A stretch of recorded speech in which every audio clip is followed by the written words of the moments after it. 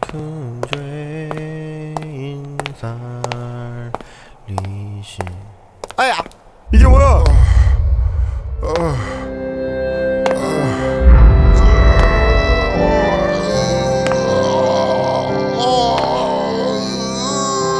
좁은 문으로 들어왔습니까? 좁은 문으로 들어온 사람은 좁은 길 걸어가야 합니다. 그러나 들어와 놓고는 겁이 나서 걸어가기를 싫어해요. 그리고는 넓은 길을 기웃기웃거리면서 그저 적당히 교회만 드나드는 분들이 계세요.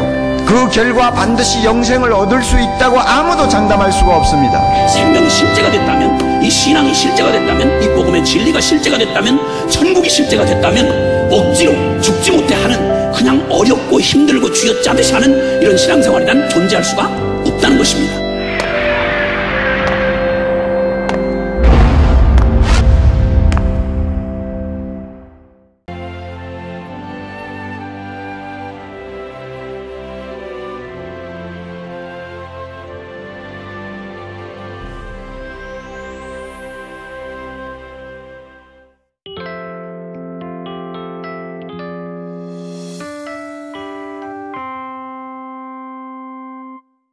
오늘은 심는 대로 거둔다고 이런 제목의 말씀 함께 나누겠습니다. 욥기를 우리가 함께 같이 읽어가고 있는데요. 혼자서 욥기를 읽는 분들이 한결같이 하는 이야기가 있습니다. 어렵다라는 이야기입니다. 그냥 읽으면 이게 도대체 무슨 이야기인지 알기가 어렵다라는 말이죠. 이 비슷한 이야기가 계속 반복이 되다 보니까 참 이해하기 어렵습니다. 특히 이제 오늘 본문부터는 본격적으로 마치 미로 속에 들어가는 것처럼 느껴지기도 합니다. 그렇기 때문에 무턱대고 읽으면 곤란하고 맥락을 파악하는 것이 참 중요합니다. 오늘 우리가 함께 읽는 이 4장의 시작은 그런 의미에서 참 중요합니다. 우리는 지난주에 3장에서 욥의 독백을 함께 읽었지요. 그리고 이제 4장부터는 욥을 위로하기 위해 찾아왔던 3명의 친구들과 욥 사이에 주고받는 대화가 소개되고 있습니다. 욥의 친구들이 욥의 그 독백을 가만히 듣고 나더니 화가 나는 거예요. 위로하러 왔는데 욥의 이야기를 듣더니 자신들의 신앙에 대해서 뭔가 거리끼는 게 생겼는지 욥을 가만두지 않습니다. 가르치려고 그러고 훈계하려고 한다라는 말입니다. 그러면 욥이 가만히 있겠습니까? 거기에 대해 욥도 대응을 하겠지요. 그런 식의 말하자면 논쟁이 이제 벌어지게 되는 겁니다.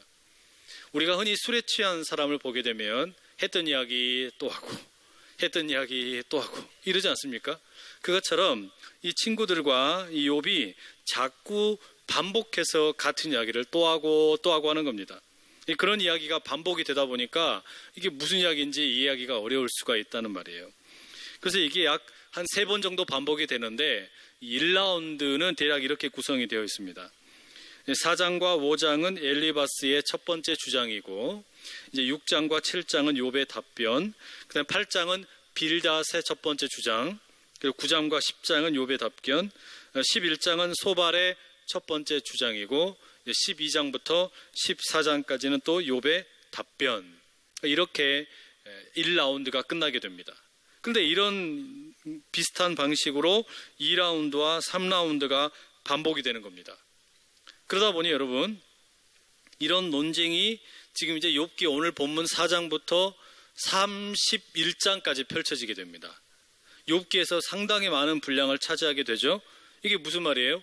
욥을 위로하러 왔던 친구들이 위로는 몇 마디 조금 하고 그 다음부터는 뭐 하는 거냐면 그냥 고통 가운데 있는 욥과 서로 엉켜붙어서 싸우는 겁니다.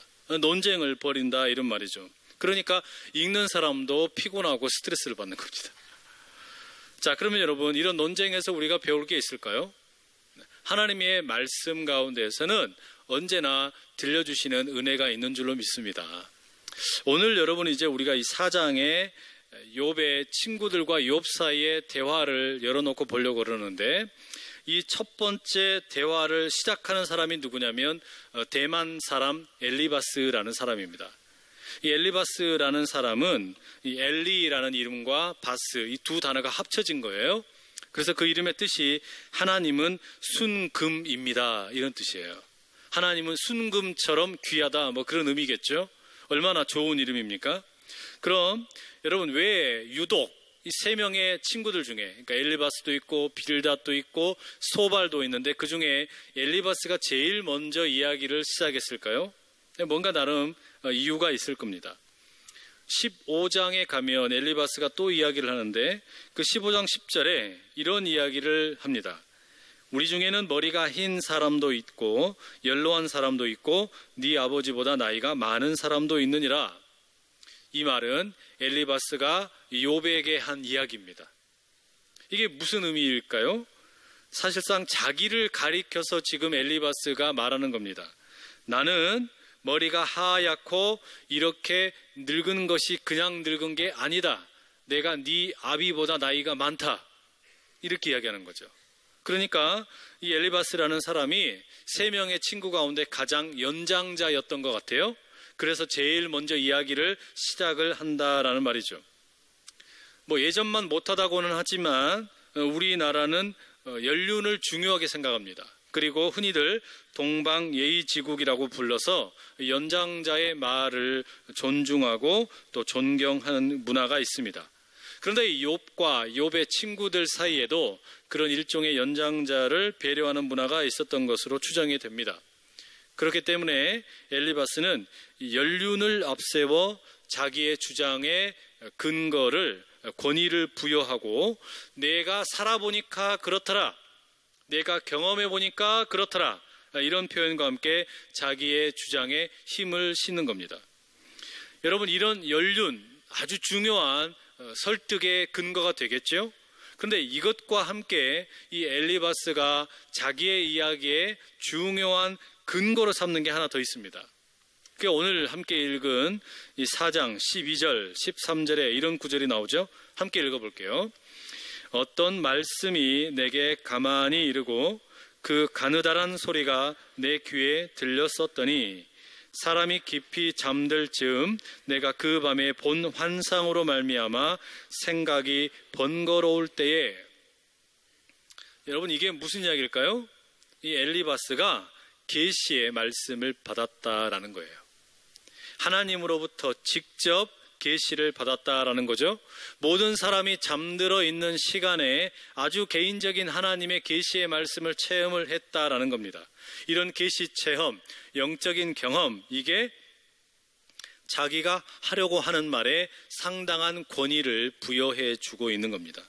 자, 여러분, 이런 배경을 가지고 4장과 5장을 읽어가게 되면 엘리바스의 말이 어떤 의미를 담고 있는지, 엘리바스가 어떤 이야기를 하는지, 어떤 사람인지 우리가 쉽게 알 수가 있습니다. 엘리바스는 지금 상당히 묵직한 이야기를 꺼냅니다. 그런데 자기의 연로함, 말하자면 연장자로서의 연륜이 있음이라는 이 인생의 경험과 그리고 영적인 어떤 신비한 경험, 계시의 경험, 이 두 가지를 가지고 이야기를 하는 거예요. 게다가 엘리바스는 이야기도 제일로 많이 합니다. 나이가 많아서 그런 것 같은데 엘리바스의 이야기의 분량이 세 명의 친구 가운데 제일 많다라는 말이죠. 자, 그럼 여러분, 이런 엘리바스가 연륜과 그 계시의 경험, 이 두 가지 가지고서 무슨 이야기를 할까요? 먼저 엘리바스는 욥에게 나의 말에 귀를 기울이라 이렇게 설득을 합니다. 오늘 본문의 3절에서 5절에 보면 이런 말씀이 나오죠. 보라, 전에 네가 여러 사람을 훈계하였고 손이 늘어진 자를 강하게 하였고 넘어진 자를 말로 붙들어 주었고 무릎이 약한 자를 강하게 하였거늘 이제 이 일이 네게 이름에 네가 힘들어하고 이 일이 네게 닥침에 네가 놀라는구나. 전에는 이 욥이 동방에서 가장 훌륭한 인물이었기 때문에 많은 어려움을 만난 사람들에게 조언을 해주던 멘토였는데 이제는 욥이 너무 커다란 고난을 만나고 나니까 당황하고 놀라고 있구나 지적을 하는 겁니다. 그러면서 뭐라 그래요? 내 말을 들어라. 내가 조언을 해주겠다. 이렇게 이야기하는 거죠. 자, 그러면 엘리바스가 뭐라고 조언을 합니까? 그 조언의 핵심이 오늘 본문의 7절에 들어있습니다. 7절 우리 함께 읽어보겠습니다. 시작. 생각하여 보라. 죄 없이 망한 자가 누구인가? 정직한 자의 끊어짐이 어디 있는가? 이게 무슨 말이에요? 이 엘리바스가 욥에게 주고 있는 충고, 그 욥에게 주고 있는 가르침의 핵심은 뭐냐면 심는 대로 거둔다라는 원리입니다. 그래서 엘리바스는 이어지는 8절에 보시면 내가 보건대 악을 밭갈고 독을 뿌리는 자는 그대로 거둔다 이렇게 주장합니다. 내가 살아보니까, 자신이 살아보니까 심은 대로 거두는 것이 인생의 진리이고 신앙의 진리이다 이렇게 말하는 겁니다. 바로 이런 원리를 이제 욥에게 적용을 시키면 어떻게 되겠어요? 지금 욥이 엄청난 고난을 만난 것을 보니까, 욥이 이렇게 너무나 힘겨운 삶의 짐을 만난 것을 보니까 욥이 악을 심었구나, 욥이 죄를 심었구나 이렇게 진단을 내리는 겁니다. 욥이 악을 심고 죄를 심었기 때문에 이런 일을 만나게 되었다라고 지금 엘리바스는 결론을 내리는 거예요. 그게 바로 심은 대로 거둔다 혹은 인과응보의 논리가 아닙니까? 그러니 지금 엘리바스가 보기에 이 욥에게 필요한 것은 아주 간단해요. 죄를 회개하는 일입니다.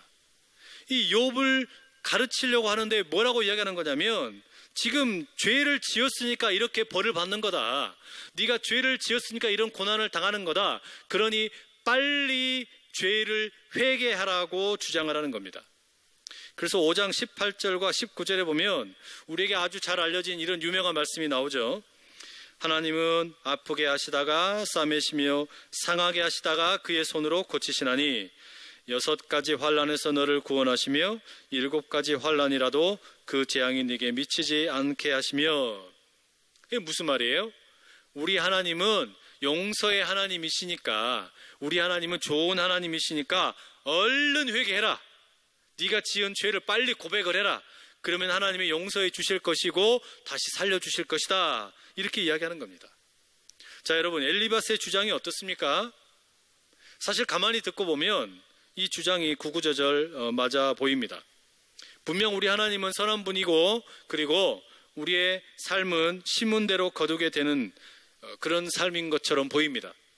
실제로 심은 대로 거둔다라는 이런 원리는 구약 성경에 이곳저곳에도 등장을 하고 신약 성경에도 자주 등장하는 그런 원리라고 할 수 있습니다.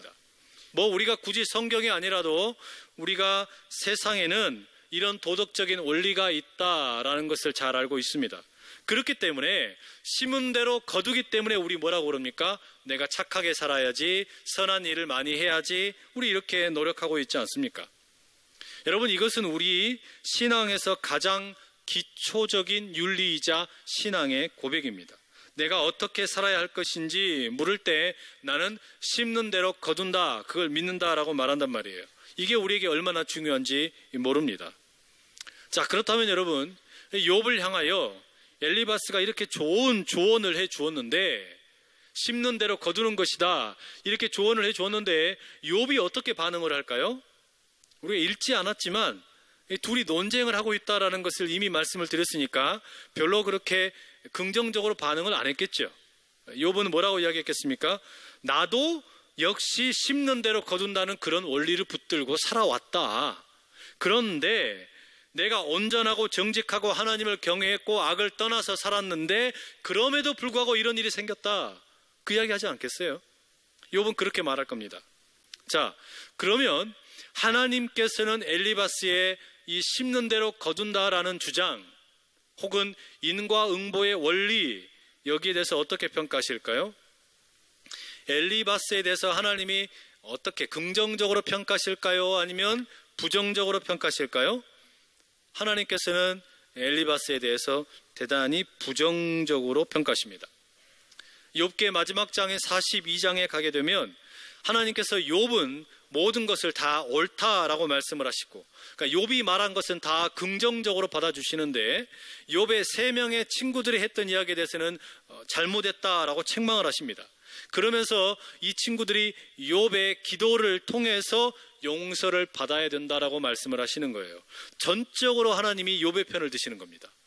자, 그러면 우리가 보기에 심는 대로 거둔다라는 이 엘리바스의 말이 아무런 문제가 없어 보이는데 왜 욥은 거기에 대해서 저항을 하고 하나님은 엘리바스의 이 인과응보의 원리에 대해서 책망을 하십니까?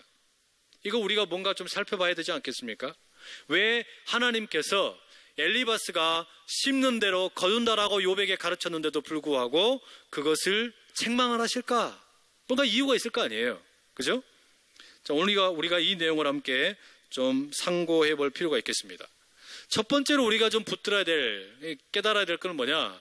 이 엘리바스의 심는 대로 거둔다라는 이 주장이 적용이 잘못되었다라는 점입니다. 심는 대로 거둔다라는 것은 신앙의 원리이자 신앙의 고백입니다. 그렇죠. 이 원리는 사실상 하나님은 선한 분이시고 그리고 하나님은 주권을 가지고 이 온 세상을 다스리신다라는 고백입니다.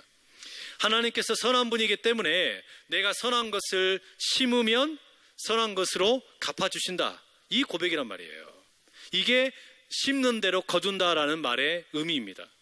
그러니까 하나님께서 온 세상을 다스리신다는 하나님의 주권의 고백이자 선하신 하나님이시기 때문에 내가 선한 일을 하면 하나님이 선하게 갚아주신다라고 신앙을 고백하는 거예요.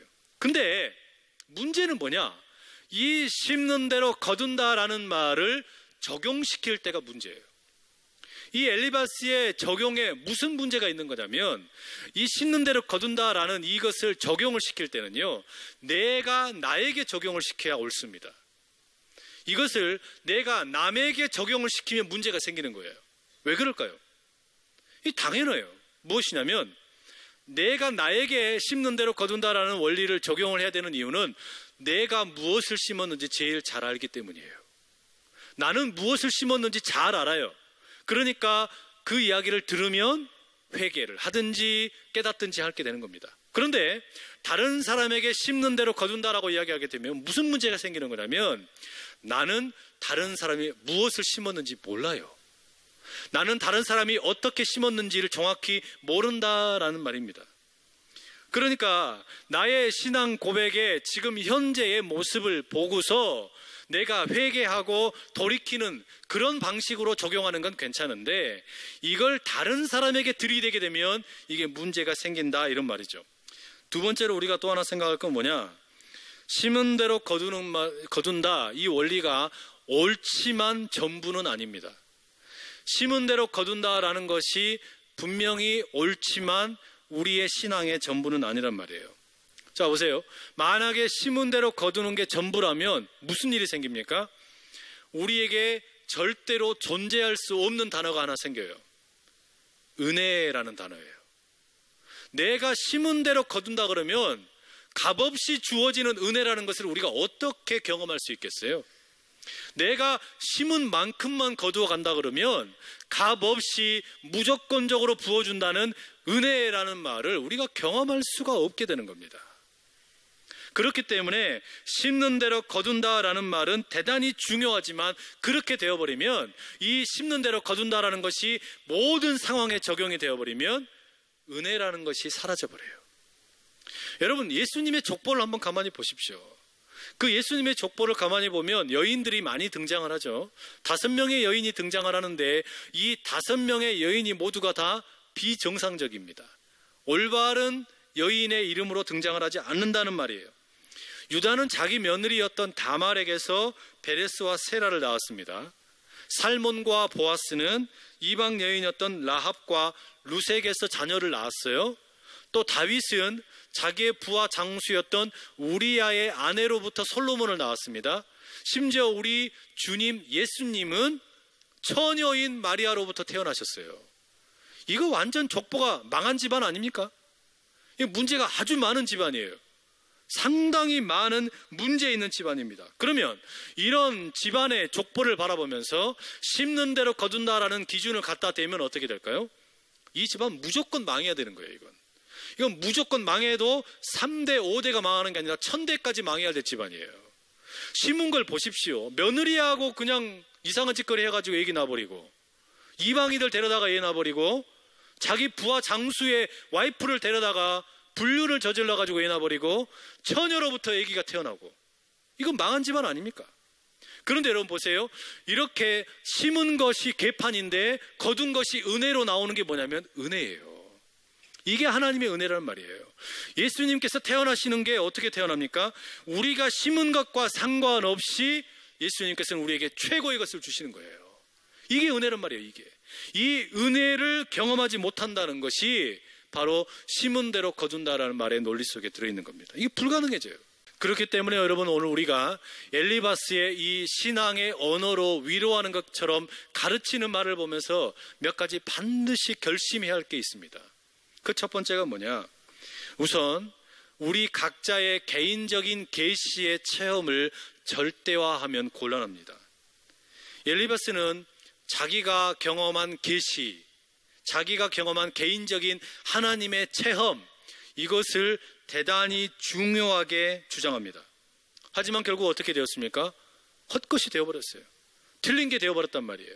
자기는 욥을 보면서 너는 심은 대로 거두는 그 원리를 따라 지금 너의 삶을 보니까 네가 악을 심었고 죄를 심었다, 그러니 회개하라, 이렇게 이야기했지만, 그것을 자기가 하나님을 만난 계시를 근거로 이야기했지만 완전히 헛것이 되었단 말이에요. 우리 한국 교회에도 이런 엘리바스가 너무 많아요. 교회에서 제일 무서운 분들이 40일 금식 기도하러 산에 올라가는 분들이라는 우스갯소리가 있지 않습니까? 하나님을 만났는지 산신령을 만났는지 모르기 때문에 그래요. 너무 무서워요. 여러분, 혹시 산에 가시거든 하얀 수염에 흰 도복을 입고 있고 나무 막대기를 들고 있는 분을 만나거든, 그거는 하나님이 아니고 산신령입니다. 그러니까 하나님 만났다고 와서 빡빡 우기시면 곤란하단 말이에요. 여러분, 우리 모두에게는 하나님께서 신비한 체험이나 영적인 계시의 경험들을 허락해 주실 때가 있습니다. 저에게도 그런 경험이 있어요. 하나님께서 특별한 은사를 주신 게 있어요. 그런데 제가 쉽사리 말하지 않습니다. 상대방이 어떤 기회가 있어서 말할 때까지 기다립니다. 그러면 저는 그냥 뒤늦게 하나님께서 내게 주신 마음이 맞았는지 틀렸는지를 확인할 뿐인 거예요.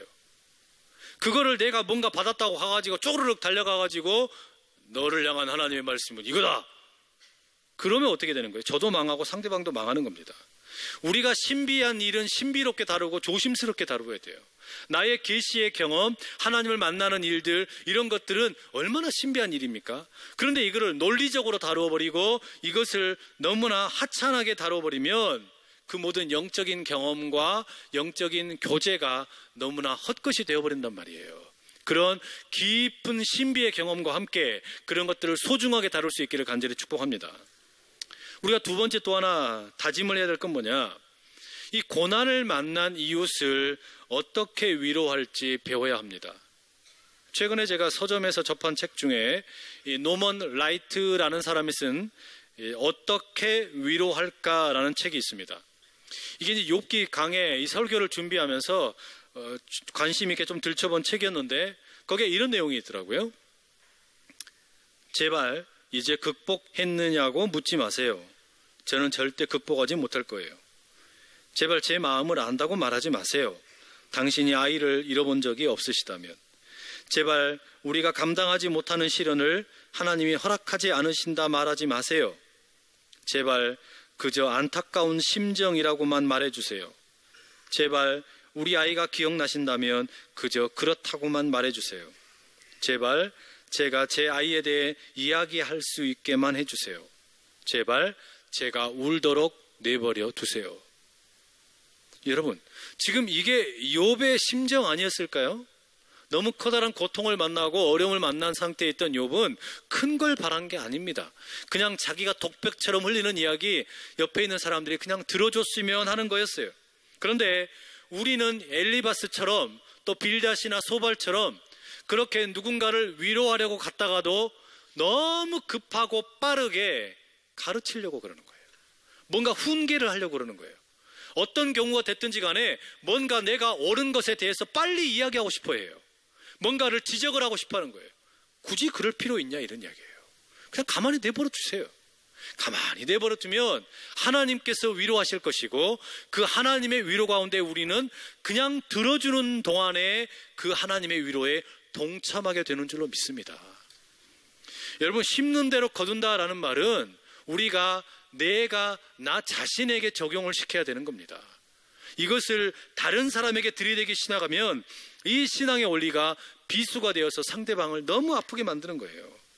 내 삶의 현실에 기준으로 적용을 해서 깨달을 걸 깨닫고 회개하면 되는데, 이걸 자꾸 다른 사람에게 들이대게 되면 상대방이 힘들어지는 거예요. 또한 이런 심는 대로 거둔다라는 것이 결국 어떤 일을 가져옵니까? 은혜가 역사할 공간을 사라지게 만드는 거예요. 그러니 여러분, 고통을 당하는 이웃에게 가르치려 하지 말고, 또 개인적으로 경험한 어떤 하나님을 만난 계시의 경험, 그거 자랑하지 말고 그저 경청하면서 하나님의 위로에 동참하는 저와 여러분이 다 될 수 있기를 간절히 축복합니다. 우리 주님 이렇게 말씀하셨죠. 애통하는 자는 복이 있나니 그들이 위로를 받을 것이며, 긍휼히 여기는 자는 복이 있나니 그들이 긍휼히 여김을 받을 것이요. 여러분, 우리 모두는 애통하는 자이고 동시에 긍휼히 여길 줄 아는, 모든 사람을 서로 긍휼히 여길 줄 아는 그런 믿음의 공동체가 될 수 있기를 간절히 축복합니다.